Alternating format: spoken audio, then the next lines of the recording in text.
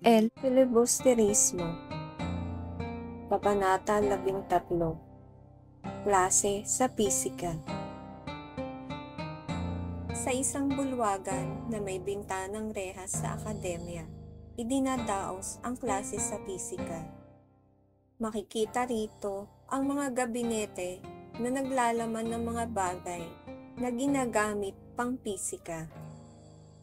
Ang mga kagamitang ito ay inilalaan lamang sa dumadalaw na mga panauhin at hindi sa mga mag-aaral.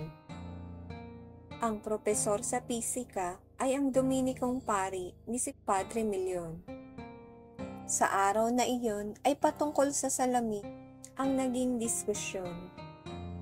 Tinawag ng propesor ang isang antuking estudyante, ngunit nang ito ay hindi makasagot, ay sunod na tinawag nito si Juanito Pelaez. Tinapakan naman nito ang paa ni Placido Penitente nang wala itong maibulong na sagot.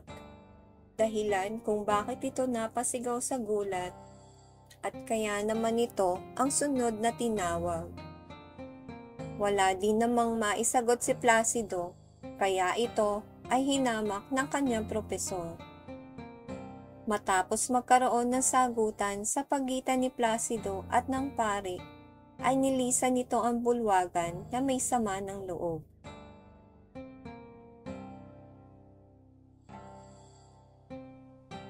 Talasalitaan, bulwagan, gusaling pinagtatanghalan. Klase, pangkat ng estudyante sa partikular na pagtuturo.